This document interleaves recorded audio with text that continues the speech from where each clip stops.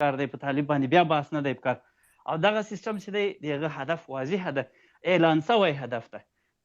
د ټولو پاکستاني جنرالانو مصاحبې واورئ، د ټولو د نړیوالو څېړونکو نظریات د افغانستان په اړه واورئ. نړیوال پرېږدئ، پاکستاني څېړونکي راواخلئ، حسین حقاني راواخلئ، مثلا احمد رشید راواخلئ. په هغې کې د پاکستان انټنشن د اوس نه دا داسې نه ده چې دا اوسنۍ کیسه ده. په 1980 کې د امریکې او د پاکستان د روابطو په اړه باندې حسین حقاني غږېدلی ده. یو مین کنسرن چې پاکستان یې له امریکا سره شریکوي په هغه وخت کې چې غواړي له امریکا مرسته پرې باندې واخلي، هغه دا ده چې وایي د افغانستان پوځ غټېږي او موږ ته تاسو باید دلته راکړئ امکانات او وسلې راکړئ، ځکه چې افغانستان پوځ چې ده دا د روسانو سره که نږدې سو بیا به د تاسو ګټو ته خطر متوجه کړي. خو دا خو هغوی ته وایي د روسانو سره نږدې سو، له موږ سره خو یې په بل لیول باندې ستونزه ده. دا ستونزه دومره تر دې حده پورې ژوره ده چې البته یوازې د کرښې د دې غاړې افغانانو سره نه، د هغه غاړې ته د پنجاب ادارې د پښتنو په سیمه کې داسې ونه غرس کوي، داسې ونې کري چې هغه د ځمکې اوبه وچوي. د لاچي ونه کري، وروسته خلکو ته معلومیږي چې دا ونه خو د هغه د فساد لپاره کرل شوي ده. موږ خوشحاله اوس دلته یې ځنګل راوړ. تر دې حده پورې ژوره سیستماټیکه دښمني چې په عقیده دې در ننوځي، په سیاسي فکر دې در ننوځي، تاریخ دې در محوه کوي، ځنګلونه او طبیعي منابع دې در له منځه وړي، په هر اعتبار ټول وجود دې فلج کوي. سمه نو زما خپل نظر خو دا دی چې دا خبره په دې کې اصلا په پالیسي باندې بیا هم وایم چې دوی په ستراتیژي او پالیسي باندې په اهدافو باندې فوکس پکار دی. دوی په روزمره مسایلو له دوی سره موږ د روزمرګۍ ښکار کېږو، ځکه دوی په دې ورځې دومره مشکلات موږ ته زېږوي چې هېڅ وخت به موږ تاسې په خپل برخلیک بحث ته وخت پیدا نه کړو. تر اخره پورې به د ورځې په مشکلاتو غږېږو. او لویه کیسه به پاتې وي. لویه کیسه دا ده چې دلته منصور احمد خان هغه د امیرالمؤمنین ده. خلاص وبخښئ، زه یوه پوښتنه کوم. کرار صاحب، د دې حل څه دی؟ یعنې بنیادي حل څه کېدلی شي؟ دا خو ډېرې ژورې موضوع ته مو پام وکړئ. د دې دپاره موږ عملا څه کولی شو؟ آیا دا د ټویټر سپیسونه یا د فیسبوک پوسټونه دا ګټه کوي که یا څه کول پکار دي؟ حال دا ده چې موږ تاسې لږ تر لږه شروع له 100,000 نفر وکړو. زما په ذهن کې 100,000 راځي. زیات نه پوهېږم څومره ته یې رسوای سو په اوله مرحله کې.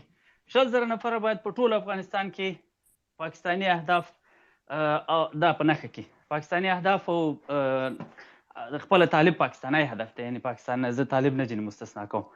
دغه کار باید وکړي. که موږ دوه لارې دي، خو هغه لاره ده چې هغه ایډیل لاره ده چې موږ او تاسې مثلا خلک پوه کړو، خلک بیا ډېر کتابونه ولولي او هر سړی چې دی ملي شعور هر سړی د دې ټولو مرګونو په ماهیت باندې پوه سي. هر سړی دا توقع غلطه ده او دا لاره نورو خلکو تعقیب کړې ده. د پاچا خندا ده لږه وخته را شروع ده، پښتونخوا پښتانه ده دغه لاره یې را خپله کړې ده.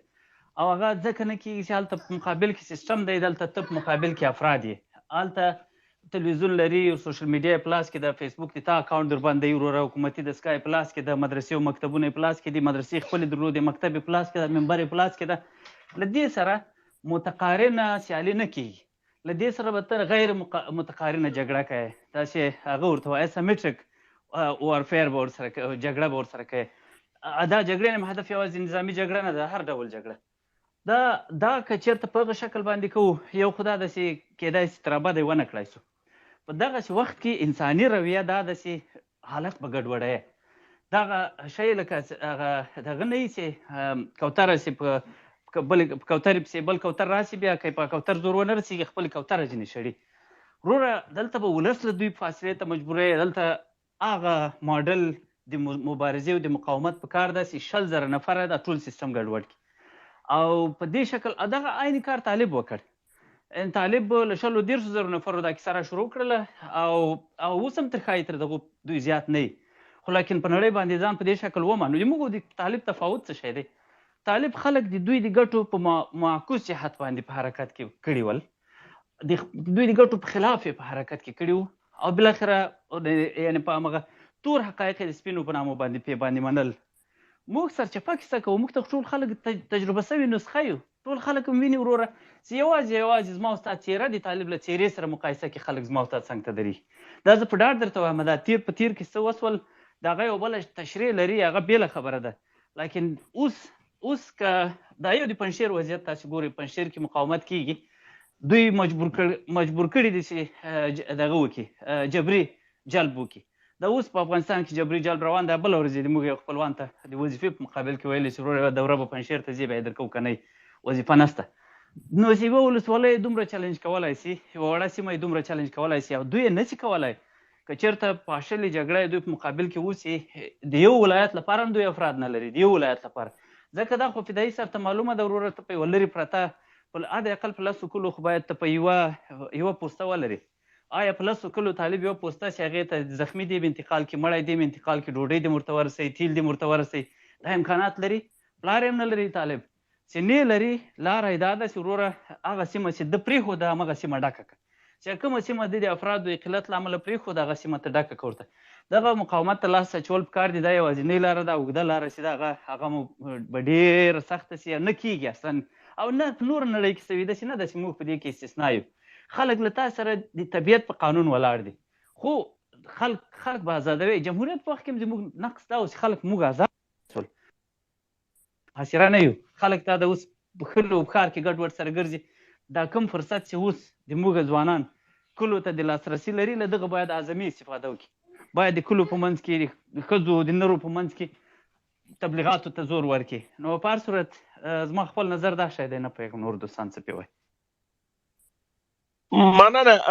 دلته یو پوښتنه بله هم پیدا کیږي او یو اطلاع داسې ده، نو په دې کې که بومیا صاحب یا قرار صاحب یا افغان صاحب یا بل ورور کوم معلومات لري، کوم معلومات چې تر ما را رسېدلي او ما اورېدلي دي، او خپله نورستاني صاحب، هغه دا ده چې دغه ځنګلونو ته اور اچول دلته دوی په دې باندې چې هلته د ټي ټي پي ځینې پټنځایونه یا ځینې داسې ځایونه وو چې غواړي هغه له منځه یوسي، دغه ځنګلونو ته یې اور واچاو، البته د پاکستان په حمایه هغوی په مرسته باندې. نو زه نه پوهېږم چې په دې اړه یعنې که تاسو کوم نظر لرئ، زه دا اطلاع بالکل یعنې ما ته رسېدلې ده، اما دا چې څومره سمه ده یا دا یو فکتور کېدای شي که نه شي کېدای. نو په دې اړه افغان صاحب فکر کوم تاسو لاس جګ کړی، مهرباني. بیا قرار صاحب یا بومیا صاحب.